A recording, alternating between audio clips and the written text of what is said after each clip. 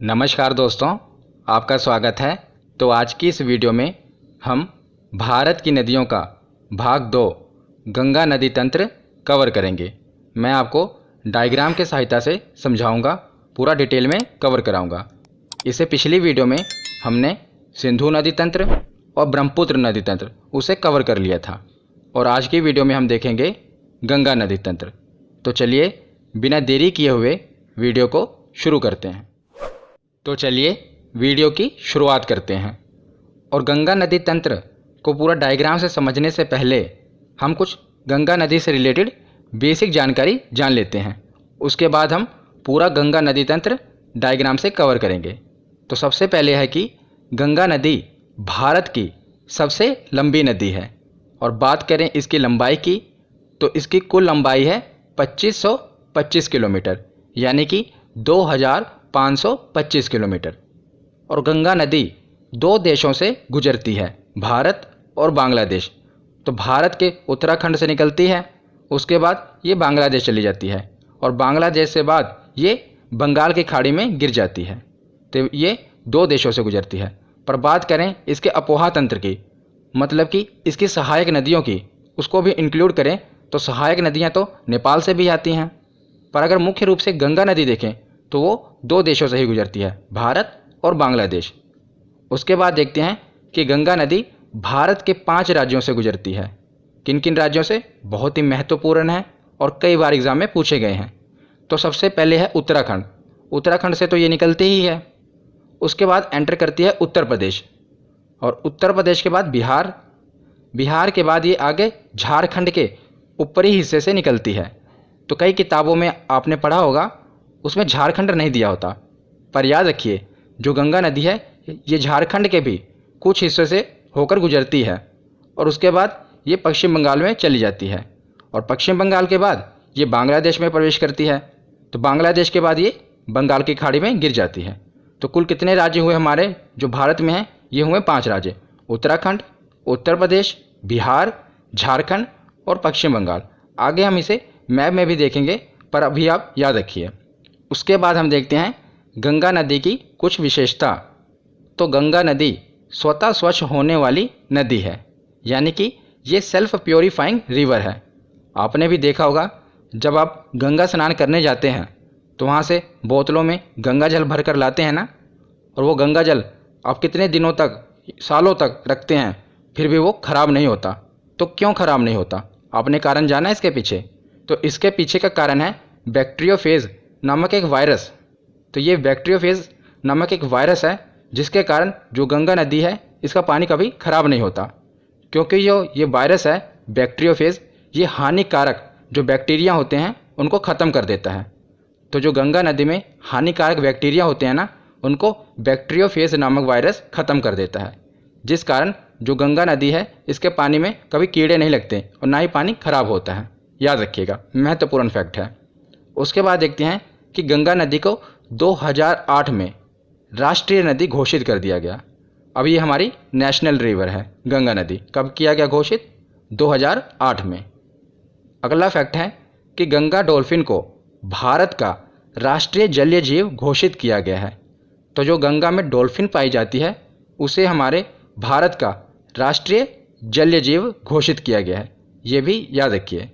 तो ये हमने पढ़ी कुछ बेसिक जानकारी। अब हम देखते हैं गंगा नदी का उद्गम स्थल। तो हमने गंगा नदी से रिलेटेड बेसिक जानकारी ले ली। अब हम देखते हैं कि गंगा नदी का उद्गम कहाँ से हुआ। तो आपने किताबों में पढ़ा होगा कि जो गंगा नदी है इसका उद्गम उत्तराखंड के गोमुख से गंगोत्री हिमानी से हुआ है। हिमानी मतलब होता है ग्लेशियर, तो ग्लेशियर को हिंदी में हिमानी कहते हैं। तो उत्तराखंड के गंगोत्री हिमानी से हुआ है। पर याद रखिए, गंगोत्री हिमानी से भागीरथी नदी निकली है, वहाँ पर इसे कहते हैं भागीरथी नदी। और आपने पौराणिक कथाओं में भी पढ़ा होगा कि गंगा को भागीरथी कहा जाता है। इसीलिए हम मानते हैं कि गंगोत्री हिमानी से ही गंगा नदी निकलती है, पर ऐसा नहीं है। जो गंगा नदी है ये 2 नदियों के संगम से बनी है। एक है भागीरथी नदी और दूसरा है अलकनंदा नदी। जब ये दोनों नदियाँ मिलती हैं वहीं से गंगा नदी बनी है। आप इमेज में देख रहे होंगे, यह है अलकनंदा नदी और इधर से आ रही है भागीरथी नदी। तो जहाँ ये दोनों नदियों का संगम होता है तो ये दोनों नदियाँ मिलकर गंगा नदी बनाती हैं। तो गंगा नदी जो है ये दो नदियों के संगम से बनी है। याद रखिएगा, एग्जाम में कई बार पूछा जाता है। कौन कौन सी है? एक है भागीरथी नदी और दूसरी है अलकनंदा नदी। तो ये मिलती कहाँ पर है? तो देव प्रयाग में। जो प्रयाग शब्द है इसका अर्थ होता है नदियों का संगम। तो देव प्रयाग में दोनों नदियाँ मिलती हैं, भागीरथी नदी और अलकनंदा नदी, और यहीं से आगे ये बनती है गंगा नदी। और याद रखिएगा, जो ये अलकनंदा नदी है ये किस मंदिर के तट पर है? कई बार एग्जाम में पूछा गया है। तो ये प्रसिद्ध बद्रीनाथ मंदिर के तट पर है। कौन सी नदी? अलकनंदा नदी। तो हमने ये पढ़ लिया कि दो नदियों के संगम से बनी है गंगा नदी। अब हम इसके आगे देखते हैं। तो उसके बाद अब हम आगे देखते हैं, जैसा कि हमने पीछे देखा कि जो गंगा नदी है ये दो नदियों के संगम से बनी है, एक है भागीरथी और दूसरी है अलकनंदा। उसी प्रकार जो ये अलकनंदा नदी है ना, इसमें कुछ सहायक नदियाँ भी मिली हुई हैं। तो सहायक नदियाँ जो हैं ये एग्ज़ाम में बहुत बार पूछी गई हैं, मोस्ट इम्पोर्टेंट। तो ये सहायक नदियाँ जहाँ पर आकर मिलती हैं तो प्रयागों का नाम है, जैसे विष्णु प्रयाग, नंद प्रयाग और कर्ण प्रयाग और रुद्र प्रयाग। तो ये पूछे जाते हैं कि बताइए देव प्रयाग में किन दो नदियों का संगम है, रुद्र प्रयाग में किन दो नदियों का संगम है। तो हमें अगर पता होगा कि अलकनंदा में कौन सी सहायक नदी आकर मिलती है तभी तो हम बता पाएंगे। तो एक नदी है ये तो कॉमन रहेगी, अलकनंदा नदी, और इसी में दूसरी सहायक नदी आकर मिलेगी। तो वही हमें पता करना है कि कौन कौन सी सहायक नदियाँ आकर अलकनंदा में मिलती हैं। तो ये नदियों का संगम इम्पोर्टेंट है, इसे हम याद कैसे करेंगे? तो इसे मैं आपको एक कथा की सहायता से याद कराऊंगा। पुरानी कथा की सहायता से हमारी काम की है, जिससे हम इसे याद रख पाएंगे। आपने पुरानी कथा सुनी होगी कि गंगा नदी का धरती पर अवतरण कैसे हुआ। आपने पुराने सीरियल भी देखे होंगे धार्मिक, उसमें भी बताया गया है। अगर नहीं भी देखे तो कोई बात नहीं, ये हमारी काम की कथा है, इसे हम इसे याद रख पाएंगे, इसलिए सुनिए। तो धरती पर जो गंगा नदी का अवतरण हुआ था, मतलब माँ गंगा धरती पर कैसे आई थी। तो पुरानी कथाओं की मान्यता अनुसार जो गंगा नदी है ये भगवान विष्णु के चरणों से निकली हैं। तो भगवान विष्णु के चरणों से जब ये निकली और धरती पर आ रही थी तो इनके जो वेग था, मतलब जो गंगा की स्पीड थी, बहुत तेज़ थी। तो जब ये धरती पर आ रही थी तो इनकी स्पीड बहुत तेज़ थी, जिस कारण भगवान शिव जी ने क्या किया, इन्हें अपनी जटाओं में धारण कर लिया, और अपनी जटाओं में धारण करके जो इनकी गति थी उसको मंद कर दिया। मंद मतलब कि धीमा कर दिया। और उसके बाद जब धीमी हो गई इनकी गति जो थी, इनका वेग था वो एकदम धीमा हो गया। उसके बाद उन्होंने अपनी जटा से इनको निकाला, तब ये धरती पर अवतरित हुई। ये पुरानी कथाओं की मान्यता है। मैं आपको इसको क्यों बता रहा हूँ? क्योंकि इससे हम इसे याद रख पाएंगे। क्योंकि सबसे पहले गंगा नदी कहाँ से निकली? तो भगवान विष्णु के चरणों से। तो चरणों की धूल से याद रखना है। तो धौली गंगा, और धौली गंगा जहाँ अलकनंदा से मिलती हैं उसे विष्णु प्रयाग कहते हैं। इसीलिए मैंने आपको कथा सुनाई कि भगवान विष्णु के चरणों की धूल से निकली हैं, तो इसीलिए ये विष्णु प्रयाग याद रखेंगे। तो धौली गंगा जहाँ अलकनंदा में मिलती है उसे विष्णु प्रयाग कहते हैं। और दूसरा मैंने आपको बताया कि फिर जब वेग ज़्यादा था तो भगवान भोलेनाथ ने अपनी जटाओं में धारण कर लिया, तो वेग मंद पड़ गया। तो केदारनाथ मंदिर से एक नदी निकलती है, मंदाकिनी नदी। तो मंदाकिनी, इसे मंद से आप याद रखेंगे कि इसकी गति को भगवान भोलेनाथ ने मंद कर दिया था। और ये मिलती कहाँ पर है? तो रुद्र प्रयाग में। भगवान भोलेनाथ को रुद्र भी कहते हैं ना, तो रुद्र प्रयाग में मिलती है। तो इस कहानी से आपने ये दोनों नदियों को याद रख लिया। एक है धौली गंगा जो भगवान विष्णु के चरणों के धूल से निकलती है, इसीलिए ये विष्णु प्रयाग में आके मिलती है। और दूसरी है मंदाकिनी नदी जो भगवान केदारनाथ के मंदिर से निकलती है, भगवान भोलेनाथ के मंदिर से, और मिलती कहाँ पर है? रुद्रप्रयाग। तो रुद्रप्रयाग में अलकनंदा और मंदाकिनी मिलती है, और विष्णु प्रयाग में अलकनंदा और धौली गंगा मिलती है। पहले आप इसे डायग्राम में देख लीजिए, उसके बाद मैं दोबारा आपको बता दूंगा। तो ये दो नदियाँ हो गई। उसके बाद है एक नंदाकिनी नदी। ये कहाँ पर आगे मिलती है? तो नंद प्रयाग में। ये तो आसानी से याद रख लेंगे, नंदाकिनी नंद प्रयाग में मिलती है। इसमें एक नदी कॉमन रहेगी अलकनंदा, और दूसरी नदियाँ इसमें आके मिलेंगी। एक ही नदी बची हमारी पिंडार नदी, और ये मिलती है कर्ण प्रयाग में। तो ये 5 प्रयाग हो गए, विष्णु प्रयाग, नंद प्रयाग, कर्ण प्रयाग, रुद्र प्रयाग और देव प्रयाग। और हिंदू धर्म में इन 5 प्रयागों की बहुत मान्यता है, तो याद रखिएगा। और ये सभी उत्तराखंड में ही हैं। एक बार हम रिवीजन कर लेते हैं कि देव प्रयाग में तो 2 नदियाँ मिलती हैं, अलकनंदा और भागीरथी, और इन्हीं के संगम से आगे गंगा नदी बनती है। उसके बाद है विष्णु प्रयाग। तो अलकनंदा तो है ही है, और भगवान विष्णु के चरणों की धूल से निकली है, तो धौली गंगा। उसके बाद है नंद प्रयाग। अलकनंदा तो है ही, उसमें आएगी नंदाकिनी नदी, तो इसीलिए इसे नंदप्रयाग कहते हैं। उसके बाद है कर्णप्रयाग। कर्णप्रयाग में अलकनंदा और पिंडार नदी। उसके बाद है रुद्रप्रयाग। अलकनंदा और मंदाकिनी, भगवान भोलेनाथ ने गंगा के वे को मंद कर दिया था, जिससे आप याद रखेंगे। तो ये पांचों प्रयाग, इसे आप आसानी से याद रख लेंगे। तो अब हमने पूरा देख लिया कि कैसे किन किन नदियों के संगम से गंगा नदी का निर्माण हुआ। अब यहाँ से ये गंगा नदी कहलाएगी देवप्रयाग से, इसके आगे इसे गंगा नदी कहेंगे। उससे पहले इसे गंगा नदी नहीं कहते थे, यहाँ पर भागीरथी कहते थे, यहाँ पर अलकनंदा कहते थे। पर जब ये दोनों का संगम हुआ तो इसे देवप्रयाग से गंगा नदी कहा जाने लगा। अब इसके बाद हम इसे आगे पढ़ेंगे। तो अब हम आगे देखते हैं।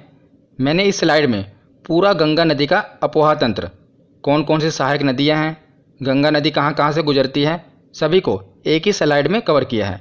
बहुत मेहनत से मैंने ये पूरी स्लाइड बनाई है ताकि आपको याद रहे, और मेरी मेहनत तभी सफल होगी जब आप ध्यान से सुनेंगे और आपको समझ आएगा, और एग्ज़ाम में आपका क्वेश्चन गलत नहीं होगा जब इससे पूछा जाए, तभी मेरी मेहनत सफल होगी।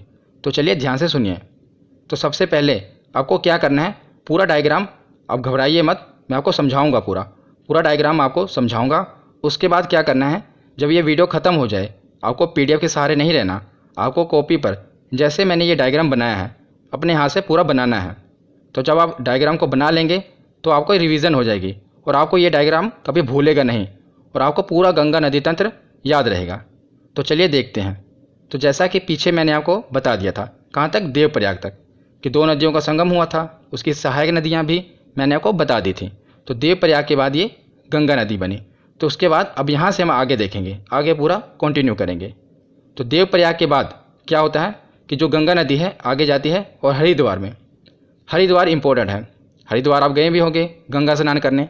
तो हरिद्वार क्यों इंपॉर्टेंट है कि सबसे पहले गंगा नदी जो है कहाँ पर मैदानी क्षेत्र में प्रवेश करती है, एग्ज़ाम में पूछा जाता है। तो हरिद्वार में। इससे पहले क्या था, ये उत्तराखंड में पूरा पहाड़ी इलाका था, तो वहाँ से पर्वतों से, पहाड़ों से निकल रही थी। पर सबसे पहले ये मैदानी भाग में कहाँ प्रवेश करती है, तो ये हरिद्वार में सबसे पहले गंगा नदी मैदानी क्षेत्र में प्रवेश करती है। एग्ज़ाम में पूछा जाता है, याद रखिएगा। या आगे मैं आपको बताऊंगा, अभी बस आप सुनते रहिए, आगे मैंने PDF में कवर किया है। तो बस इतना आप सुनिए कि सबसे पहले मैदानी भाग में ये कहाँ पर प्रवेश करती है गंगा नदी, तो हरिद्वार में। तो हरिद्वार तक हमने पूरा उत्तराखंड, ये पूरा ऊपर भी उत्तराखंड ही था, तो हरिद्वार तक हमने पूरा उत्तराखंड कवर कर लिया। इसके बाद क्या हुआ, जो गंगा नदी है आगे उत्तर प्रदेश में एंटर करती है, ये आप लाइन देख रहे हैं, यहाँ तक उत्तराखंड है। उसके बाद ये उत्तर प्रदेश में प्रवेश करती है। अब हम यहाँ देखते हैं, तो ये उत्तर प्रदेश में प्रवेश करती है। तो सबसे पहले उत्तराखंड से एक नदी निकलती है रामगंगा, ऊपर से आती है, और कन्नौज में, जो कि उत्तर प्रदेश में है, कन्नौज में ये गंगा नदी में आकर मिल जाती है। तो इसका संगम होता है रामगंगा का कन्नौज में, उत्तर प्रदेश में। तो पूछा जाता है कि सबसे पहली गंगा नदी की सहायक नदी कौन सी है, तो याद रखिएगा ये है रामगंगा। रामगंगा गंगा नदी की सबसे पहली सहायक नदी है। उससे पहले ये जो नदियाँ थीं, ये भले ही गंगा नदी की सहायक नदी थी, पर उस समय तक गंगा नदी का नाम गंगा नहीं था, ये भागीरथी और अलकनंदा कहला रही थी। पर देवप्रयाग के बाद इसका नाम गंगा पड़ा, और उसके बाद फिर सबसे पहले यही सहायक नदी आई, रामगंगा। इसीलिए याद रखिएगा रामगंगा इसकी सबसे पहली सहायक नदी है। और ये भी याद रखिएगा कि एग्ज़ाम में ये पूछा जाता है कि ये दाईं ओर से आ रही है या बाईं ओर से, तो ये आप क्लियर रखिएगा। गंगा नदी ऐसे आ रही है ना, इस तरफ जा रही है, तो दाईं ओर कौन सा होगा, तो ये होगा दाईं ओर, और ऊपर होगा बाईं ओर। याद रखिएगा ये राइट साइड है और ये लेफ्ट साइड है, आप अपने हिसाब से देखिएगा, ठीक है ना। तो कन्नौज में कौन सी नदी मिल रही है, रामगंगा नदी, और ये कहाँ से आ रही है, उत्तराखंड से, और ये गंगा नदी की सबसे पहली सहायक नदी है। तो उसके बाद क्या होता है, कन्नौज के बाद आगे गंगा नदी जाती है प्रयागराज में। प्रयागराज जिससे पहले इलाहाबाद कहा जाता था, और यहीं पर गंगा, जमुना और सरस्वती तीन नदियों का संगम होता है। कहाँ पर, प्रयागराज में। पर जो सरस्वती नदी है वो विलुप्त हो चुकी है, मतलब कि वो भूमिगत है, ऊपर नहीं दिखती। पर जो यमुना नदी है ये हम देखते हैं। तो यमुना नदी कहाँ से निकलती है, तो हमने देखा था गंगोत्री हिमानी, यहाँ से निकली थी भागीरथी नदी, उसी के बगल है यमुनोत्री हिमानी। तो उत्तराखंड के बंदरपूंछ में यमुनोत्री हिमनद से, हिमनद मतलब क्या होता है, मैंने आपको बताया था ग्लेशियर, इसी को हिमानी भी कहते हैं। तो यमुनोत्री हिमानी से निकलती है यमुना नदी। आसान है कि यमुनोत्री हिमानी से निकल रही है तो यमुना नदी है। तो गंगा नदी के समानांतर ये बहती हुई आती है और क्या करती है, प्रयागराज में आकर गंगा नदी से मिल जाती है। और यमुना नदी को याद रखेगा कालिंदी नदी भी कहते हैं। एग्जाम में पूछा गया था कि किस नदी का अन्य नाम कालिंदी है, तो यमुना नदी को ही कालिंदी नदी कहा जाता है। आगे ये सब फैक्ट मैं आपको पीडीएफ में दोबारा बताऊंगा, अभी हम रिवीजन करेंगे, पर अभी आप बस सुनते रहिए। तो यमुना नदी को कालिंदी नदी भी कहते हैं और ये निकलती कहाँ से है, तो यमुनोत्री हिमनद से निकलती है। और दूसरा फैक्ट ये है कि गंगा नदी की सबसे लंबी सहायक नदी कौन सी है, तो कौन सी है आप देख ही रहे होंगे, तो यह है यमुना नदी। ये सबसे लंबी सहायक नदी है गंगा नदी की। और आगे बढ़ने से पहले, गंगा नदी के आगे बढ़ने से पहले हम कुछ यमुना नदी के भी सहायक नदियाँ देख लेते हैं जो कि इम्पोर्टेंट हैं। तो यमुना नदी में सबसे पहले सहायक नदी आकर मिलती है चंबल, जो कि इंदौर से निकलती है। इंदौर कहाँ के, मध्य प्रदेश से। तो चंबल नदी आकर इसमें मिल जाती है। और चंबल नदी से याद रखना कि जो घड़ियाल हैं ये चंबल नदी में पाए जाते हैं। ये एक एग्जाम में पूछा गया था कि घड़ियाल किस नदी में पाए जाते हैं, तो याद रखिएगा चंबल नदी में घड़ियाल पाए जाते हैं। ये मगरमच्छ की तरह ही होते हैं घड़ियाल। तो ये चंबल नदी कहाँ से निकलती है, मध्य प्रदेश के इंदौर से, और यहाँ ऊपर आके यमुना नदी में मिल जाती है। और ये भी याद रखना कि जो ये चंबल नदी है ये यमुना नदी की सबसे बड़ी सहायक नदी है। जिस प्रकार यमुना नदी गंगा नदी की सबसे बड़ी सहायक नदी है, उसी प्रकार चंबल नदी यमुना नदी की सबसे बड़ी सहायक नदी है। उसके बाद दूसरी सहायक नदी है बेतवा। ये निकलती है विंध्य पर्वत मध्य प्रदेश से, और उसके बाद ये भी यमुना नदी में मिल जाती है। और तीसरी सहायक नदी है केन। ये निकलती है कैमूर पहाड़ी मध्य प्रदेश से, और ये भी ऊपर जाकर यमुना नदी में मिल जाती है। अब ये यमुना नदी में मिलती हैं और यमुना नदी गंगा नदी में मिल जाती है। तो बताइए ये जो तीन नदियां हैं ये गंगा की सहायक नदियां हैं या नहीं, तो हैं। अगर ये यमुना की सहायक नदियां हैं तो बाद में यमुना भी तो गंगा में मिल जा रही है। इसका पानी यमुना में मिल रहा है और यमुना का पानी गंगा में मिल रहा है, तो ये यमुना और गंगा दोनों की सहायक नदियाँ हो जाएंगी, चंबल, बेतवा और केन। ठीक है, याद रखिएगा ये तीनों यमुना में मिल रही हैं। तो यहाँ पर हमने देख लिया, और हमने ये भी देख लिया कि जो यमुना नदी है ये प्रयागराज में आकर मिल रही है, और प्रयागराज में गंगा, जमुना और सरस्वती ये तीनों नदियाँ मिलती हैं। तो ये हमने देख लिया। तो प्रयागराज के बाद गंगा नदी आगे बढ़ती है और जाती है गाजीपुर में। तो गाजीपुर में क्या होता है, ऊपर से एक नदी आ रही है गोमती नदी। गोमती नदी जो है ये फुलहर झील से निकलती है, और याद रखिएगा ये फुलहर झील कहाँ पर है, पीलीभीत उत्तर प्रदेश में। और सबसे इम्पोर्टेंट क्या है, यहाँ से प्रश्न क्या बनता है कि जो ये नदी है गोमती नदी, ये जहाँ से निकल रही है ना पीलीभीत, ये एक मैदानी एरिया है, मतलब समतल भाग है।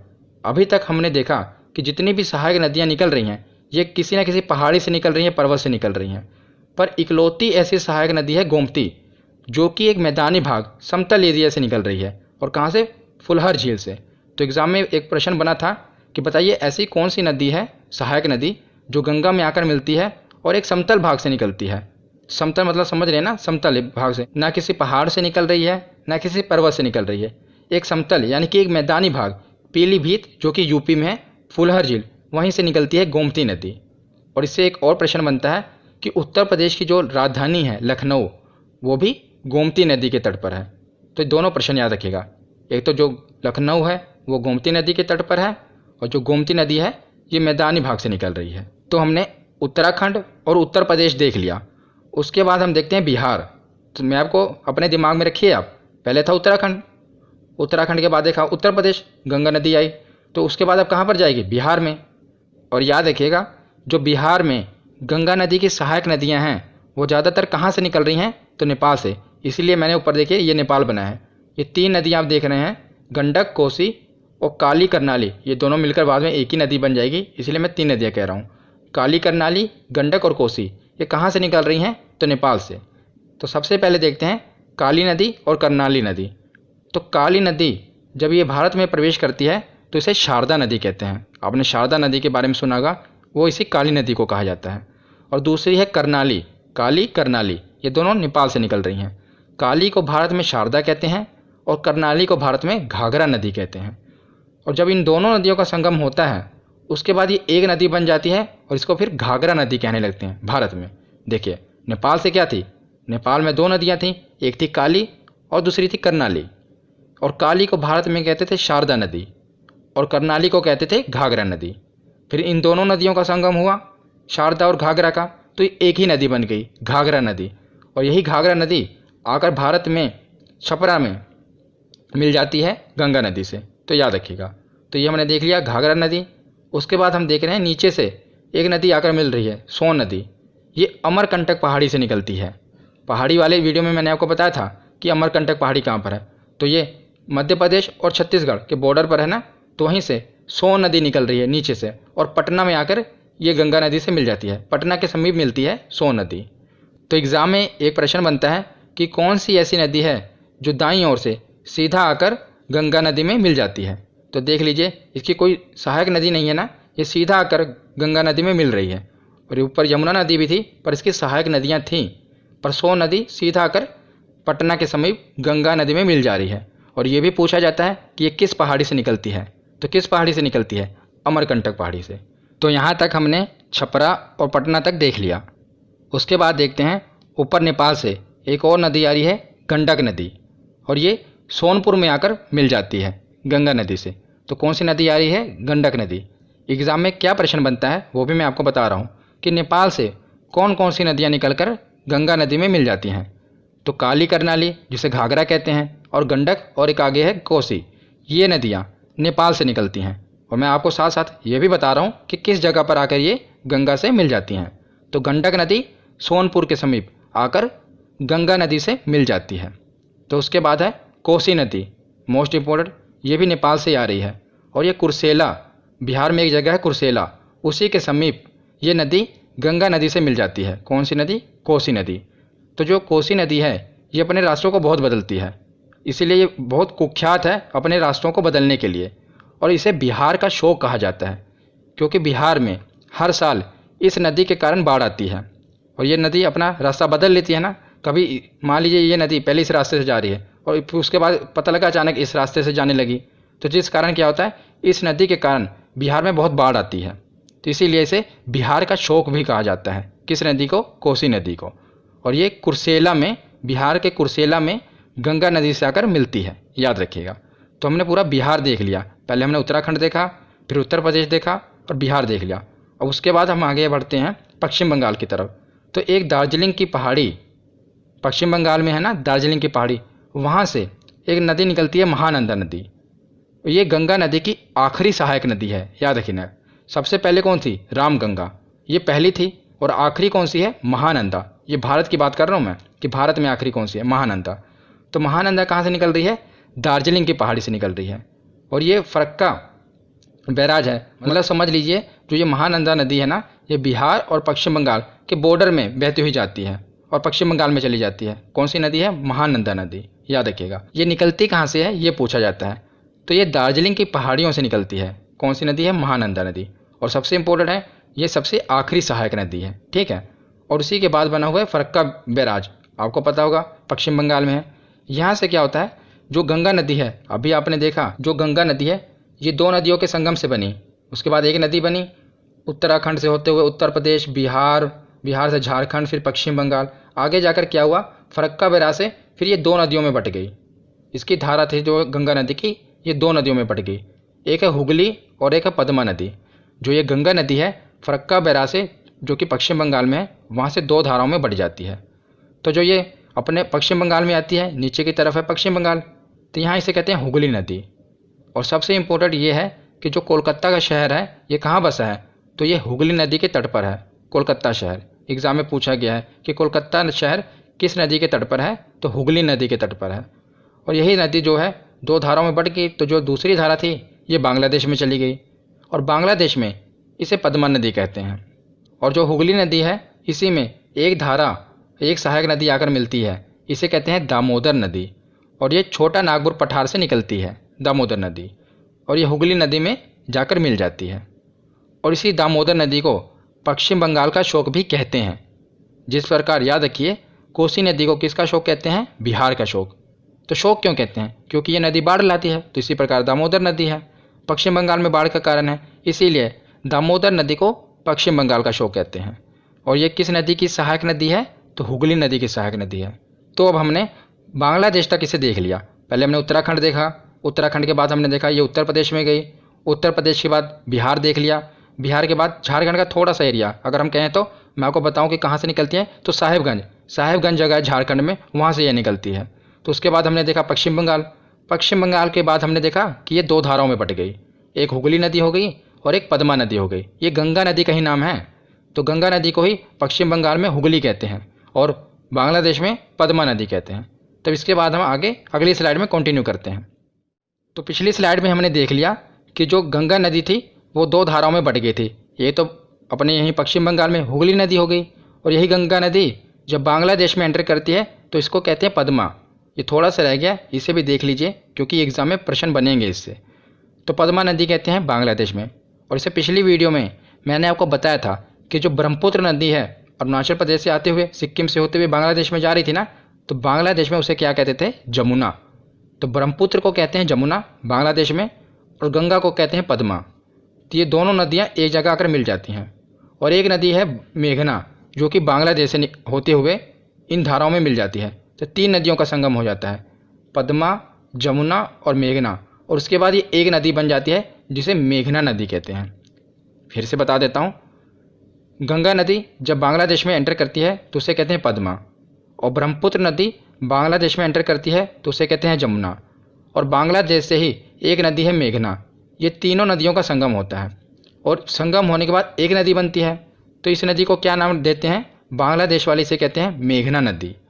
और एग्ज़ाम में क्या प्रश्न बनता है, एग्ज़ाम में ये प्रश्न बनता है कि जो गंगा और जमुना इन दोनों नदियों का संगम जब बांग्लादेश में होता है तो उसे क्या कहते हैं, तो उसे मेघना नदी कहते हैं, याद रखिएगा। और यही मेघना नदी फिर जाकर समुद्र में मिल जाती है, और समुद्र में दुनिया के सबसे बड़ा डेल्टा सुंदरवन डेल्टा का निर्माण करती है। तो ये डेल्टा क्या होता है ये मैं आपको आगे बताता हूँ।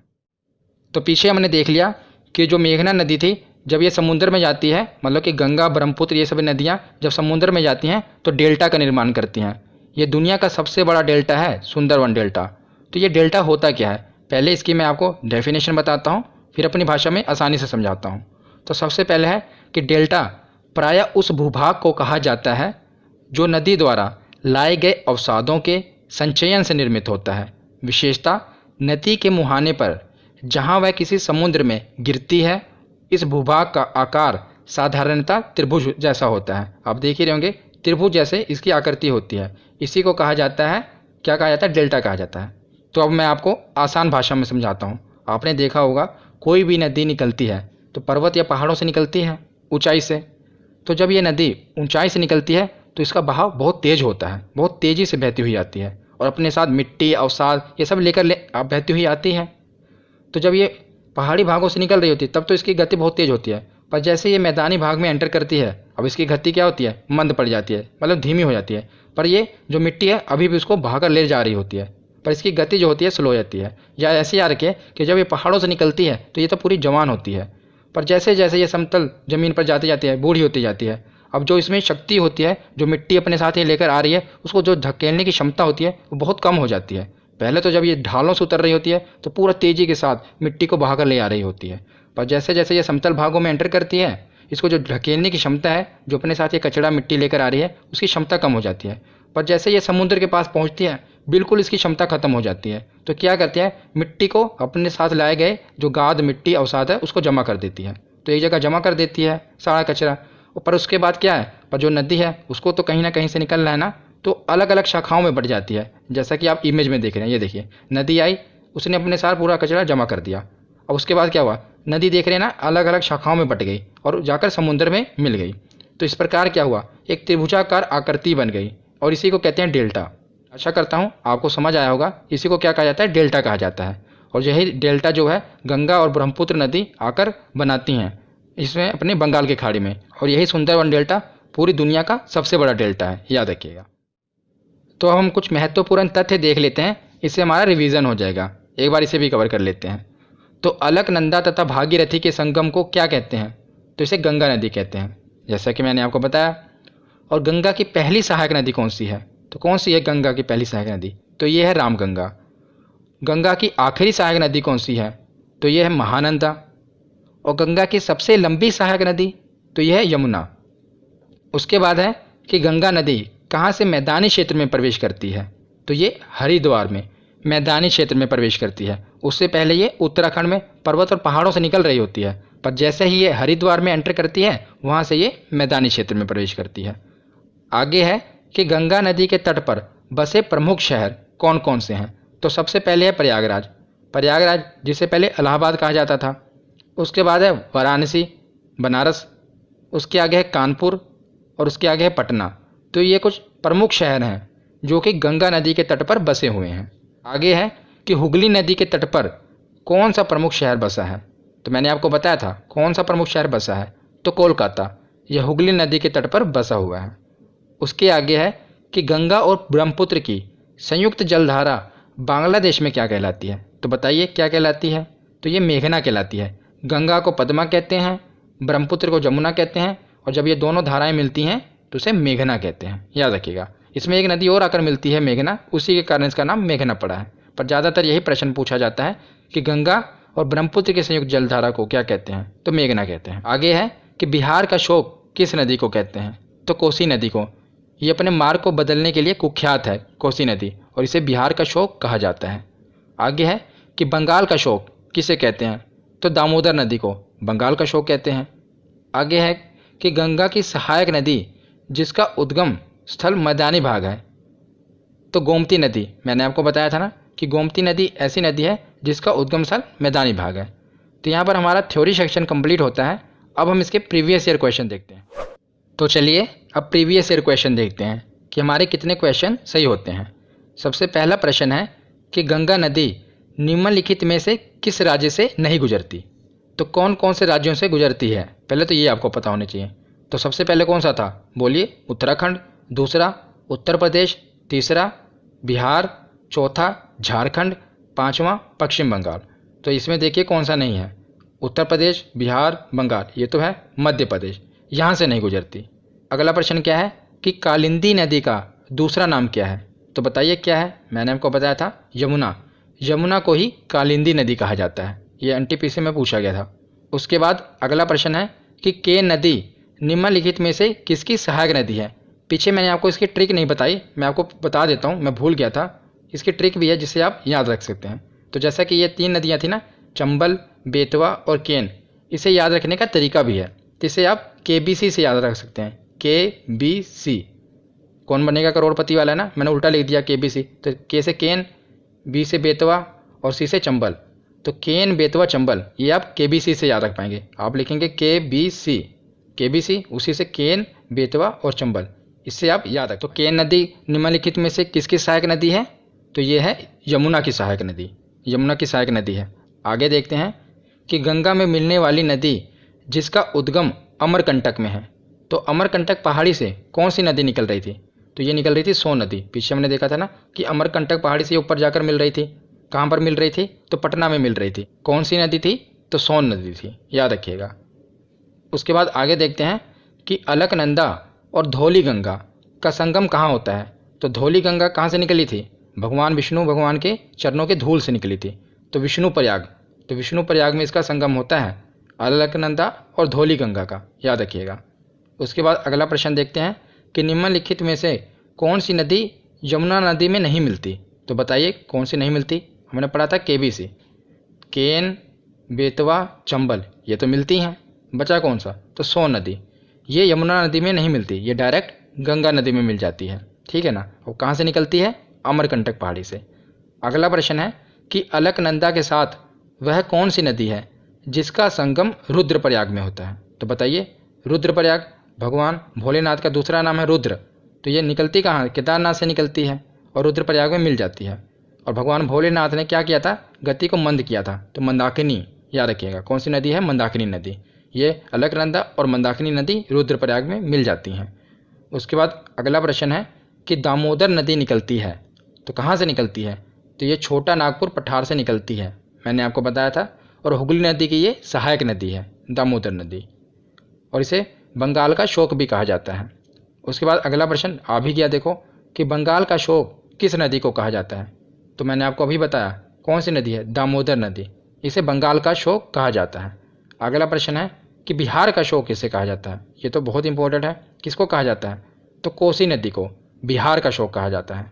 अगला प्रश्न है कि गंगा की सबसे लंबी सहायक नदी कौन सी है। तो बताइए कौन सी है जो गंगा की सबसे लंबी सहायक नदी है। तो ये थी यमुना।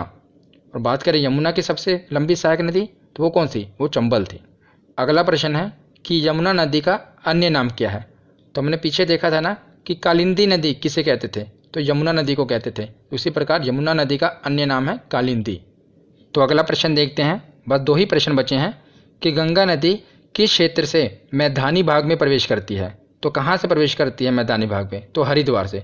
उससे पहले ये पहाड़ पर्वतों से निकल रही होती है, पर मैदानी भाग में ये हरिद्वार से प्रवेश करती है। और लास्ट प्रश्न है कि गंगा नदी को बांग्लादेश में क्या कहा जाता है। तो क्या कहा जाता है, पद्मा। तो आज की ये वीडियो यहीं पर ख़त्म होती है। यहाँ पर हमारा पूरा गंगा नदी तंत्र कंप्लीट होता है। वो डायग्राम आप जरूर बना लेना। तो हमने पूरा गंगा नदी तंत्र कवर कर लिया, प्रीवियस ईयर के क्वेश्चन भी देख लिए। इससे नेक्स्ट वीडियो में हम जो नदियों का लास्ट वीडियो है प्रायद्वीपीय भारत की नदियाँ, उसे भी कवर कर लेंगे। तो हमारा पूरा भारत की नदियाँ कंप्लीट हो जाएगा। तो धन्यवाद।